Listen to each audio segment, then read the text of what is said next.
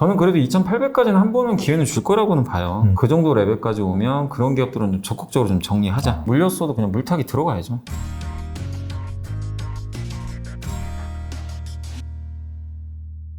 말씀하신 그런 부분에 있어서 앞서서 이제 최근에 이제 사우디 아람코가 시총 1위를 탈환을 하고 맞아요. 그런 관점은 무형자산의 시대, 약간 좀 장치를 가지고 있는 그런 기업들이 상대적으로 부각을 받을 수 있다라고 말씀하셨는데 또 그런 기업들이 우리나라에 많잖아요. 많죠. 미국에 비해서. 그러면은 약간 좀 앞으로 내다온다라고 한다면 미국보다는 한국이 그래도 좀 견조하게 잘 갈 것이다. 그렇게도 볼 수도 있어요. 네, 저는 당분간 좀 그럴 것 같아요. 나스닥 빅테크 기업들이 또 특히 인플레에 되게 취약하더라고요. 거기가 이제 가격 전가를 하기가 어려운 구조잖아요. 뭐 아마존도 그렇고 넷플릭스 가격 전가했다고 구독자, 가입자 줄어버렸고 아예. 그렇게 많이 빠지면 네, 모르겠어요. 그러니까 그런 상황이고 네. 뭐 물론 이제 미국에도 코카콜라나 애플은 달라요. 네, 네. 가격을 올려도 거기는 뭐 충성 고객이 워낙 많으니까. 그렇죠. 근데 미국을 대표하는 그런 빅테크 기업들이 이번에 실적 발표를 했지만 인플레에 취약한 게 드러나 버렸어요, 사실. 네, 그래서 이렇게까지 빠져버린 거거든요. 그래서 거기다 또 금리 올라가면 고밸류 기업들 취약하잖아요. 그렇죠. 뭐 이건 어쩔 수 없는 건데. 그래서 미국이 지난 10년간 이어졌던 이런 이제 고밸류 환경이 이게 어쨌든 2000년 IT 버블 때도 기억하시겠지만 결국 그 잘 나가던 테크 기업들이 무너진 거는 너무 미국이 긴축 세게 해버렸거든요, 사실. 금리 계속 올렸잖아요, 사실은. 그러다 유동성 터지면서 그냥 무너져 버렸잖아요, 한순간에. 네네. 근데 실제로 지금 저는 IT 버블 터졌다고 봐요. 이 정도. 그러니까 빅테크가 터진 게 아니라 네. 미국의 기업들 보시면 유명한 기업들이 리비안이 85% 빠져 있고요. 넷플릭스 70%. 네. 그러니까 상상이 안 가잖아요.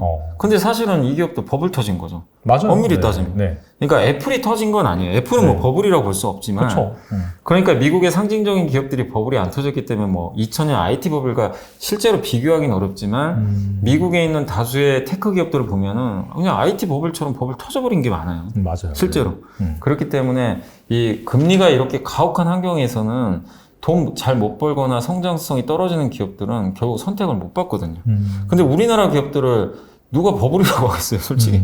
일부 버블 기업도 있겠죠. 네네. 예. 그렇지만 한국에 뭐 삼성전자를 버블이라고 할 수도 없는 거고, 퍼가 9개짜리인데. 그래서 거기다 또 장치 산업이고, 실제 자산은 또 갖고 있잖아요. 예. 또 현금성 자산이 110조가 넘고, 금리 상승기엔 또 그런 것도 오히려 플러스 요인이 될 수도 있거든요. 그렇죠. 예. 그래서 한국이 그런 환경에서 기업마다 다르겠지만 우리 한국의 대부분의 기업들은 그런 유형이기 때문에 저는 좀 더 유리하다라고 네. 보고 있습니다. 사실 뭐 빅테크 기업 같은 경우에는 뭐 버블이 안 터졌다라고 말하는 그런 부분도 있긴 한데, 근데 사실 원래 그 기업들은 돈을 워낙 잘 벌었기 네, 때문에. 맞아요. 네. 애플 같은 경우에도 보니까 비쌀 때가 이제 PER이 한 30배 조금 네, 넘게. 맞아요. 근데 지금 많이 빠져가지고 20배 초반이더라고요. 맞아요. 그래서 약간 그런 것들을 감안한다면 확실히 닷컴 버블과 지금 상황은 좀 다른 것 같긴 다르죠. 해요. 네. 알겠습니다. 그런 거 잘 감안하셔서 사실 또 불확실할 때 또 베팅을 해야지 또 결과적으로 지나고 나면 또 버는 그런 경우가 많습니다. 네.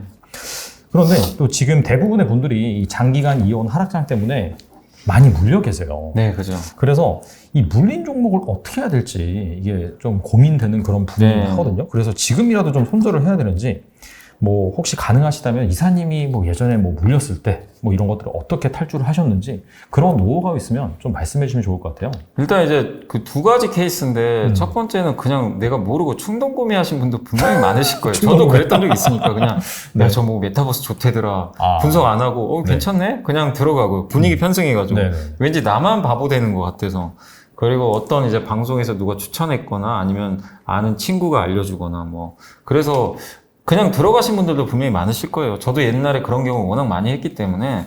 근데 그런 경우라면은 내가 어쨌든 모르고 들어가서 물린 거잖아요.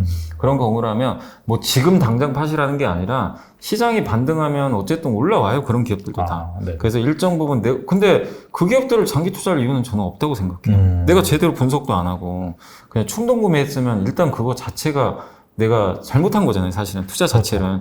그래서 그거 인정하고 반등이 좀 보통 지수가 모르겠어요. 2600이니까 저는 그래도 2800까지는 한 번은 기회는 줄 거라고는 봐요. 그래서 만약에 그 정도 레벨까지 오면 그런 기업들은 좀 적극적으로 좀 정리하자. 그러니까 지금 팔자는 건 아니고 네. 기회는 한 번 오니까 그때를 정리하시고 다만 그 기업을 미련을 가지시면 안 돼요. 왜냐면 막상 또 2800 가잖아요. 무슨 심리가 되냐면 이거 좀만 더 버티면 또 본적 올 것 같은데. 맞아. 이렇게 돼요. 그 초심하고 또 반대로 가요. 그럼 네. 안 팔고 있다가 네. 결국 다시 또 이중바닥 찍는 경우 저도 숱하게 경험해봤기 때문에 그래서 무조건 모르는 기업은 어느 정도 지수가 반등해주면 일단 무조건 그냥 칼같이 정리하자. 그걸 먼저 말씀드리고 네. 두 번째는 이제 내가 분석해서 내가 잘 알아서 투자했는데 시장이나 뭐 이런 여러 이유 때문에 망가지는 경우도 많잖아요. 지금 어쩔 수 없이 그런 기업이라면은 일단 두 가지를 좀 판단하면 좋을 것 같아요. 시장 때문에 이게 빠진 건가 순순히 기업 문제가 아니라 그냥 지수 때문에 어쩔 수 없이 아니면 뭐 외국인이나 기관이 손절매를 하든 뭐 외국인 기관도 장 안 좋으면 손절해버리니까 그렇죠. 그런 걸 파악했는데 그런 경우면 그냥 기업 가치 대비 내가 생각했던 기업 가치보다 더 싸졌을 거 아니에요. 그럼 물렸어도 그냥 물타기 들어가야죠.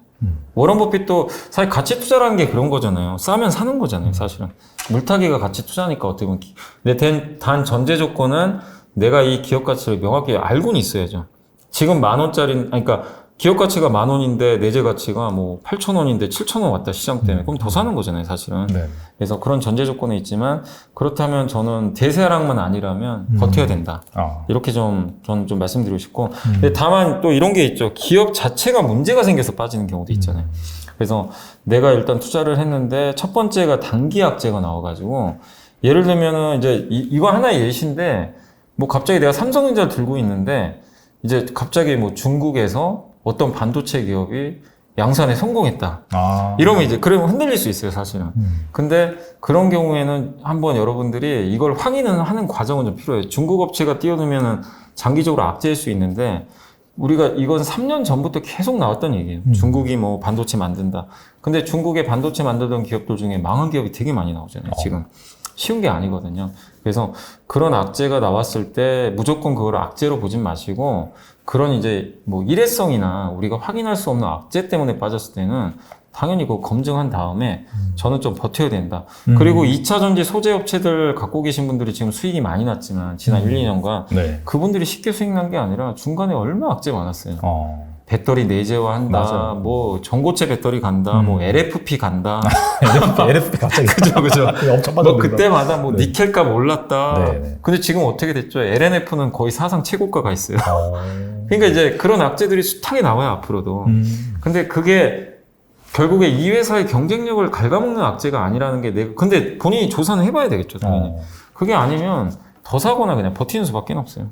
예. 단기적으로 어쩔 수 없는 거니까. 그리고 현대기아 아마 기억하시겠지만, 러시아가 전쟁 나가지고 셧다운 들어갔잖아요. 맞아요. 네. 그때 이제 주가 그냥 폭락해 버렸잖아요. 근데 그때도 보고서에 명확히 나왔지만, 현대차에서 러시아 비중이 그렇게 큰 건 아니었어요. 사실은. 그리고 전쟁이 뭐 장기화 지금 되고 있지만, 실제 1분기 실적 딱 뚜껑 열어봤더니 거의 피해가 별로 없었어요. 그런 케이스라면, 사실은 그냥 들고 가는 거죠. 물론 당시엔 좀 우리가 모를 수도 있지만 그래서 여러분들이 이런 악재가 나와서 이 회사 자체 문제 때문에 빠졌을 때는 첫 번째 구조적인 문제인지 단기 악재인지를 일단 판단을 해야 될 것 같아요. 그래서 구조적인 게 아니면 보유를 하시고 다만 이제 이런 건 있죠. 이번에 실적 발표도 했으니까 실적이 나오고 이런 뭐 여러 가지 변수들이 생겼는데 구조적인 악재인 업종들도 분명히 있거든요. 예를 들면 이제 어차피 리오프닝 시작했잖아요. 진단키트나 마스크 만드는 회사는 이제 어쨌든 안 좋아질 수밖에 없어요. 그렇죠. 수요가 줄 수밖에 없잖아요. 지금 이제 당연히 진단키트 수요 줄 수밖에 없잖아요. 우리나라도 지금 요즘에 보면 길거리 다니시다 보면 선별 진료소 이제 거의 안 보이잖아요. 그죠? 그러면 이제 진단키트 수요 자체는 지금 실적이 아무리 좋아도 줄 수밖에 없죠. 그러니까 이런 거는 이제 우리가 구조적인 좀 이제 변화라고 생각하는데 구조적으로 수요가 증가하지 못하고 꺾인다. 그게 보이면 내가 투자를 잘했더라도 그냥 어쨌든 그건 잘라야 되는 것 같아요. 내가 단기 투자면 또 모르겠지만 어쨌든 내가 장기 관점에서 이 기업을 가져가는 이유 중에 하나는 구조적으로 수요가 늘어나야만 그거를 저는 장기적으로 보유해야 된다고 생각하거든요. 예. 근데 그런 게 안 보인다면 정리를 하는 거고, 또 분유 회사들 마찬가지죠. 분유 지금 어쨌든 굉장히 지금 안 좋은 환경이잖아요. 분유 자체도. 그리고 대표적으로 중국이 경쟁으로 뛰어들어서 LCD 산업 같은 거. 안 좋죠. 그렇죠. 예. 지금 뭐 사실 LED 디스플레이도 엄청나게 좀 빠져 있는데, 근데 이걸 그러니까 이런 기업들을 내가 지금 물려있다고 지금 팔라는 게 아니라 구조적으로 지금 이렇게 수요가 많이 꺾이는 산업에 내가 잘못 들어가서 물려 있는 경우라면 반등을 이용해서 아까처럼 내가 모르고 산 그런 기업들과 마찬가지로 일정한 반등이 나오면 어쨌든 꼭 정리를 해야 된다. 그래서 판단은 어쨌든 여러 가지를 좀 해봐야 돼요. 내가 이제 이 기업을 물렸을 때, 그래서 이게 물렸을 때 너무 좌절하지 마시고 종합적으로 한번 검토를 해보세요. 시장 때문인지, 일시적 악재인지, 구조적인 문제인지 이런 것들을 판단해가지고 여러분들이 반등할 때 이거를 반등할 때 내가 정리를 할지 계속 아니 그 구조적인 악재가 아니라 계속 성장하는 산업인데 시장 때문에 빠졌으면 그냥 계속 가져가는 거죠. 지수가 오르건 내리건 간에 그냥 가져가면 되거든요. 더 물타기를 하셔도 상관없는 거니까. 그래서 좀 복잡하긴 하지만 이런 그 근거에 의해서 여러분들이 한번 판단을 해보시는 게 저는 그래도 좀 합리적이라고 좀 생각하고 있습니다. LNF 같은 경우에는 그때 이제 그 이슈 터지고 나서 쭉 빠졌는데 회사 측에서 대응 가능하다 이런 네, 또 맞아요. 얘기를 내놨어요. 네. 그런 것들을 보면은 아 이게 뭐 구조적인 악재는 아니구나 네, 라고 이제 판단할 수 있는 네. 부분인 것 같고 그리고 사실 뭐 기업의 내재 가치를 아는 것 자체가 힘들긴 하지만 뭐 내가 생각했던 투자 아이디어 그게 유지가 맞습니다. 되고 또 실적이 견조하게 잘 나온다라고 하면은 시장 때문에 빠졌다라고 한다면 팔 이유가 없다 이제 네, 그렇게 그렇죠. 이제 볼 수가 네. 있겠네요. 알겠습니다. 앞서서 이제 뭐 현대기아차 사례도 말씀해 네. 주셨잖아요. 최근에 그 대형주가 사실 별로 좋지 않았습니다. 그래서 이제 코스피 지수가 약간 좀 코스닥 지수 대비도 약간 부진한 그런 부분도 있고 하지만 그런 와중 중에서 기아차 같은 경우에는 사명을 기아로 바꿨죠. 네. 하락장에서도 깜짝 놀랐어요. 상당히 양호한 맞아요. 그런 흐름을 보이고 있더라고요. 네. 그래서 당연히 이제 약간 좀 군계 일학과 같은 그런 종목이다 보니까 지금 사도 될런지 약간 좀 그런 생각을 하시는 분들이 많을 것 같은데 약간 어떻게 보시나요? 이 부분? 저는 장기적으로 보면 저도 뭐 1, 2년 후를 어떻게 제가 예측을 하겠습니까만은 지금 정도 기아가 해주는 역량만 계속 보여준다면 지금 주가는 저는 굉장히 싼 것 같아요. 여전히. 네. 그러니까 결국 지금 고금리 고물가 환경이잖아요. 여기서 이제 우리가 봐야 될 거는 현금 창출력. 요걸 봐야죠. 금리가 올라가니까 비용이 증가하니까 현금 창출력이 계속 이어질 수 있을지. 워런 버핏이 HP를 산 이유도 저는 현금 창출력을 보고 산 거라고 생각하거든요. 그러니까 아니 갑자기 컴퓨터 회사를 왜 샀을까 많이들 의아해했잖아요. 근데 HP가 이 현금 창출을 잘하더라고요. 굉장히 네. 꾸준하게 현금을 보니까 구독 서비스를 해가지고 프린터 그 유지 이런 이제 구독료를 받고 뭐 프린터 뭐 카트리지나 네. 이런 걸 해가지고 이제 돈을 잘 버는 것 같은데. 근데 워런 버핏이 산 이유도 IT를 별로 안 좋아하지만 HP의 그 경쟁력을 본 것 같더라고요. 그래서 이거는 지금 고금리 고물가 환경에서 방어주가 될 수 있을 것 같다. 근데 기아도 어쨌든 현금 창출 능력을 지금 인정받고 있잖아요. 지금 분기당 1조 원 이상씩 꾸준히 잘 벌고 있고 두 번째가 이제 고물가 상황이다 보니까 인플레이션에서 가격 전가를 할 수 있는 업체여야 되거든요. 근데 SUV 판매 비중을 올렸고 SUV는 좀 비싸요. 맞아요. 네. 근데 지금 차를 팔고 싶어도 차가 없잖아요. 대기 수요는 넘쳐나고. 그러니까 가격 전가를 해도요. 그냥 팔려요. 차가. 지금 1년 이상 대기 수요 그대로 있잖아요.